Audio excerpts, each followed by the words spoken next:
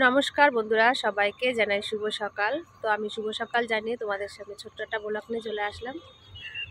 তো আজকে ভ্লগটাও এমস থেকেই শুরু করলাম, কল্যাণী এমস থেকে। তোমাদের দাদা ভাইয়ের কাছ থেকেই সবে আমি বাইরে বেরালাম।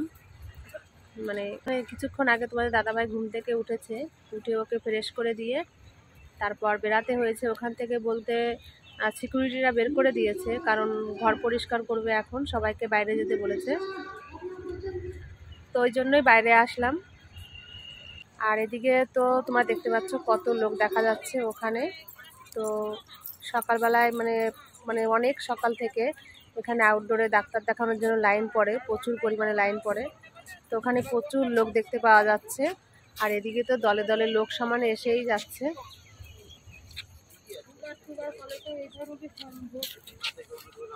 সকাল থেকে না শুধু লোক এসেই যাচ্ছে আউটডোরে দেখানোর জন্য।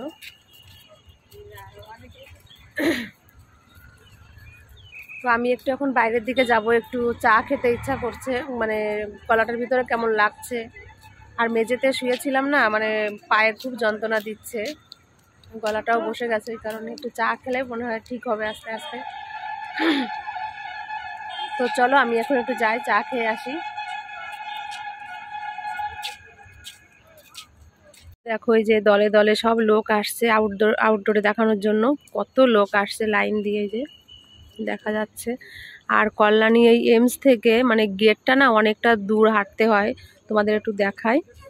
এটা তো এমস, এবার এখান থেকে দেখো কতটা হাঁটতে হচ্ছে, এতটা ঘুরে ঘুরে। ওই যে লোক আসছে দেখা যাচ্ছে, তো এতটা ঘুরে ঘুরে ওই যে গেট আছে ওখানে, ওই যে গাড়ি দেখা যাচ্ছে, এতটা ঘুরতে হয়। তো আমি এখন যাচ্ছি একটু চা খেয়ে আসি।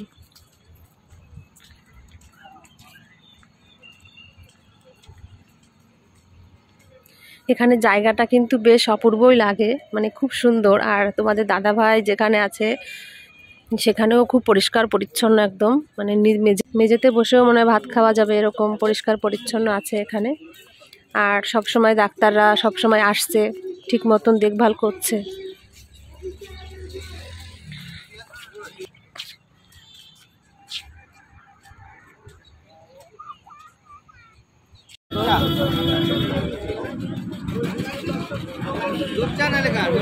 দুধ চা।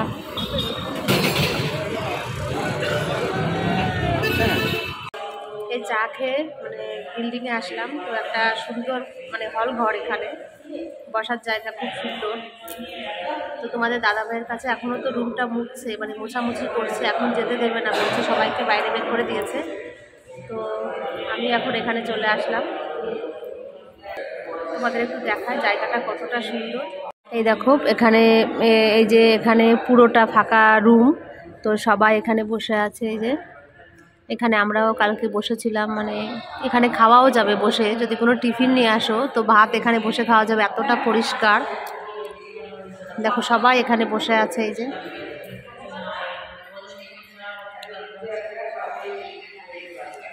বাড়িও মনে হয় এরকম পরিষ্কার থাকে না, এখানে যতটা পরিষ্কার আছে। জায়গাটা খুবই সুন্দর, এত ভালো লেগেছে সত্যি। বাড়ির কাছাকাছি এত সুন্দর একটা হসপিটাল দেখে আমি কোথা দিয়ে না ছুটে ছুটে বেরিয়েছি। আমি এখন বুঝতে পারছি যে সত্যিই তাই। তো যতদূর দৌড়ানো আছে মোটামুটি দৌড়াতে তো হবেই, সেজন্যই হয়তো দৌড়িয়েছি আমি। তো এখন তোমাদের দাদা ভাই সুস্থ হওয়া নিয়ে কথা আর কি।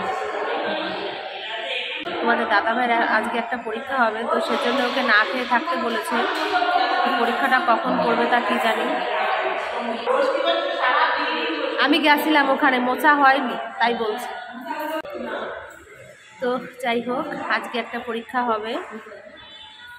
তো এখানে কি বলবো, তোমাদের দাদা ভাইয়ের পরীক্ষার পরে পরীক্ষা হয়েই যাচ্ছে একভাবে। আজকে তো কতটা দিন এখানে ভর্তি করেছি, শুধু পরীক্ষার পরে পরীক্ষা হচ্ছে। প্রথম ট্রিটমেন্টটা একদম নতুন করে আবার শুরু হয়েছে।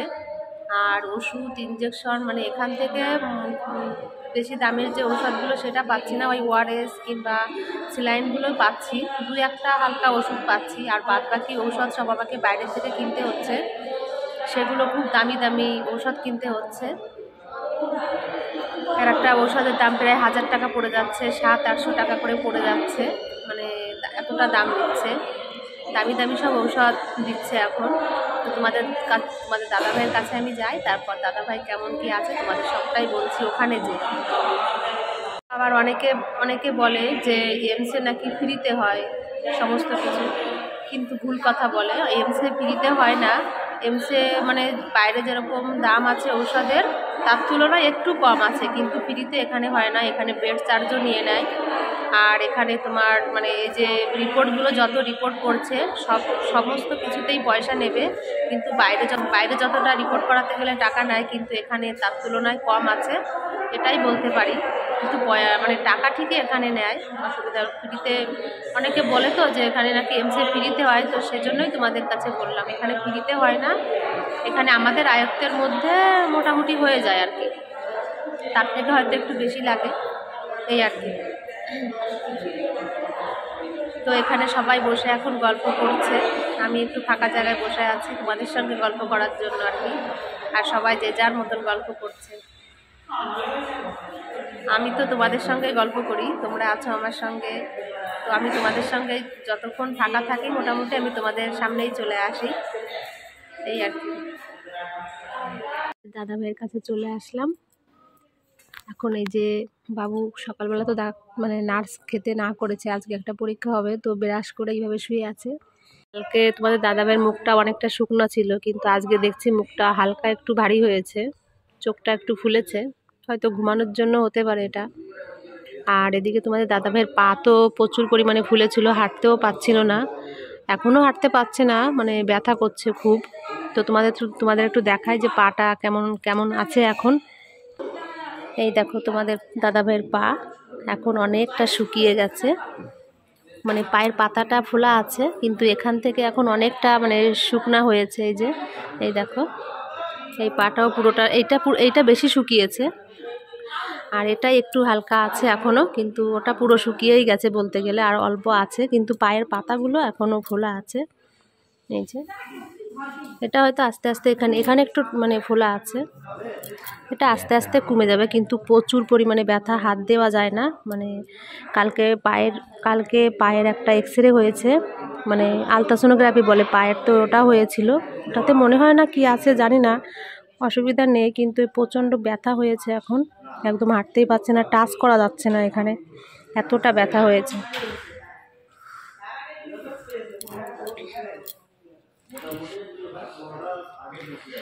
কিন্তু যে পরিমাণে তোমাদের দাদাভাইয়ের ফুলেছিল, মানে ফোলাগুলো ছিল, এখন অনেকটা কমেছে ফোলাটা, কারণ 3টে প্রোটিন ইঞ্জেকশন দেওয়া হয়েছে। একটার ইঞ্জেকশনের দাম নিয়েছে 4500 টাকা করে, তো 3টে দেওয়া হয়েছে। তো ডাক্তারের কাছে বলেছিলাম যে আর কি দিতে হবে, তো বলছে না আপাতত এখন লাগবে না, যদি লাগে তাহলে আমরা পরে বলবো। এই পর্যন্ত হয়ে আছে আর কি। আর কালকে তোমাদের দাদা ভাইয়ের একটা খুব দামি ইঞ্জেকশন কিনেছি, মানে 2টো ইঞ্জেকশন কিনেছি। এই যে ইঞ্জেকশনটা, তো এটা হয়তো সম্ভবত তোমাদের দাদা ভাইয়ের তো প্রোটিন শরীরে একদমই নেই, তারপর প্রচুর হাত পা ফোলা, ব্যথা সমস্ত কিছুই আছে, তো তার জন্য মনে হয় ইঞ্জেকশনগুলো দিয়েছে। এটা খুব দামি একটা ইঞ্জেকশন, এটা একটা দামি মানে একটা ইঞ্জেকশনের দামই 500 টাকা পড়েছে।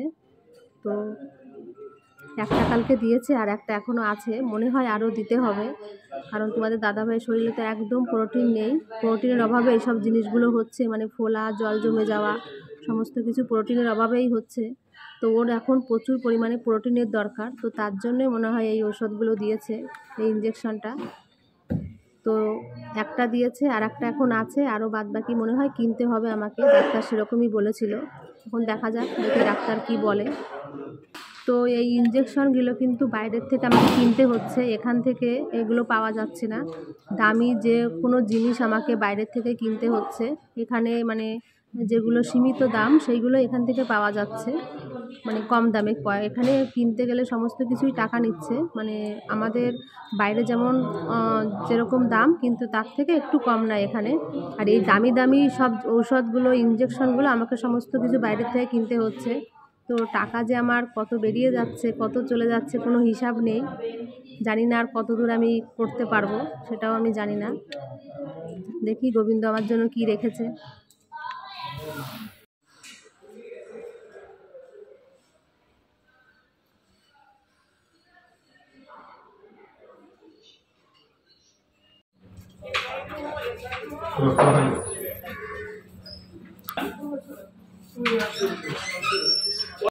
এই যে ওষুধ কিনতে পাঠিয়েছে, আবার 1 লিটার জলের সঙ্গে খেতে হবে। তো এখানে এই যে লাইন দিয়েছি আমি, ওই লাল গেঞ্জি পরার পিছনে আমি লাইন দিয়েছি ওষুধ নেওয়ার জন্য, এখন দাঁড়িয়ে আছি।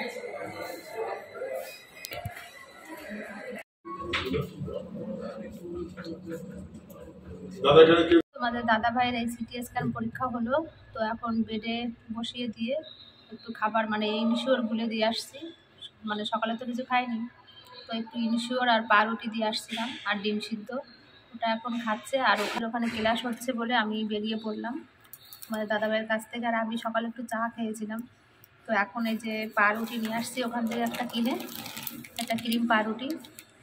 তো এটা আমি এখন একটু খেয়ে নেবো, আমার খুব খিদে পেয়ে গেছে, সকাল থেকে তো দৌড়াচ্ছি, এখন অনেক বেলা হয়ে গেছে। ভাত খাবো একটু বাদে, ভাত এখন খাবো না, ওই 3টে 2টো 2:30 3টের দিকে ভাত খাবো। তো এখন একটু পাউরুটি খাই।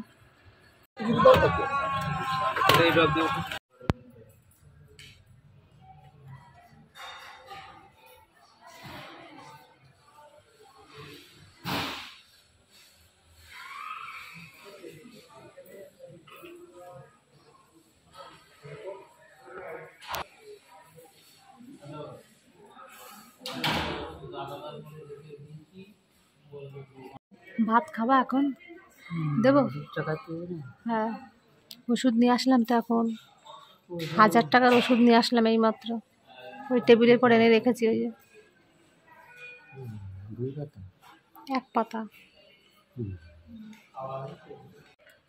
এই যে মা এসেছে, এখন তোমাদের দাদা ভাইয়ের কাছে থাকবে, আর আমি এখন বাড়িতে যাব।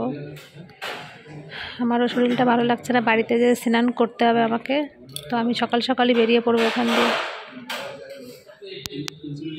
আজকে একটু সকাল সকাল বাড়িতে যাচ্ছি আমি, মানে আমার শাশুড়ি মাই বলছে তুই তাড়াতাড়ি বাড়িতে চলে যা, বাড়িতে যেয়ে স্নান করে একটু বিশ্রাম কর, আমি এখানে আছি, আমি দেখে নেব সব কিছু।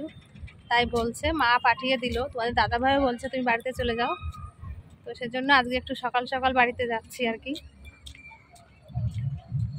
তো মা রান্নাও করে রেখেছে আমার জন্য, তো বলছে বাড়ি যেয়ে স্নান করে ভাত খেয়ে নিবি, বাড়িতে যেয়ে রান্না করতে হবে না, রান্না করে রেখে আসছে। আমি এখান থেকে একটু ভাত খেয়েছি, সবজি ভাত খেয়েছি আজকে। তো হোটেল থেকে না খেতে ইচ্ছা করে না, খুব অসুবিধা হয় আমার, তো তো কী করবো আর কি, খিদেতে তো একটু খেতেই হয়। তো যাই হোক, আমি এখন বাড়িতে যাচ্ছি, বাড়িতে যেয়ে তারপর তোমাদের সঙ্গে আবার কথা বলছি। বাড়িতে এসেছি, এসে স্নান করলাম। তো আজকে রান্না করতে হয়নি, মা রান্না করে রেখে গেছিলো, একটু সিম ভাজা করেছিল আর টমেটোর টক রান্না করেছিল। তো আমি বাড়ি এসে একটু কিছুক্ষণ বসে তারপর ভাত খেলাম, ভাত খেয়ে এখন ওই যে শুয়ে পড়েছি। আবার কালকে সকালে একদম যেতে হবে, কারণ কালকে তোমাদের দাদা ভাইয়ের এন্ডোস্কোপি হবে। তো আমি এখান থেকে সকালবেলা মানে মানে একবারে বেরিয়ে যাব, একবারে বেরিয়ে বলতে এখান থেকে বেরিয়ে কাজে যাব, কাজ থেকে তারপর তোমাদের দাদা ভাইয়ের কাছে যাব। তো ওই জন্য আজকে একটু সকাল সকাল শুয়ে পড়ছি। আর এমনিতে আমার চোখটা ভেঙে যাচ্ছে এখন, মানে ঘুম আসছে প্রচুর। তো সকাল সকাল যেতে হবে বলে তাড়াতাড়ি শুয়ে পড়লাম আরও। তো যাই হোক, তোমরা সবাই খুব ভালো থেকো, আর আমার ভিডিওটা আমি এখানেই শেষ করছি। আমি যে লড়াইতে নেমেছি, তো আমি যেন এই লড়াইটা সাকসেসফুল হতে পারি, তোমরা সেটাই সবাই আশীর্বাদ করো। তো চলো, আমি এখন ভিডিওটি এখানেই শেষ করছি, তোমরা সবাই খুব ভালো থেকো।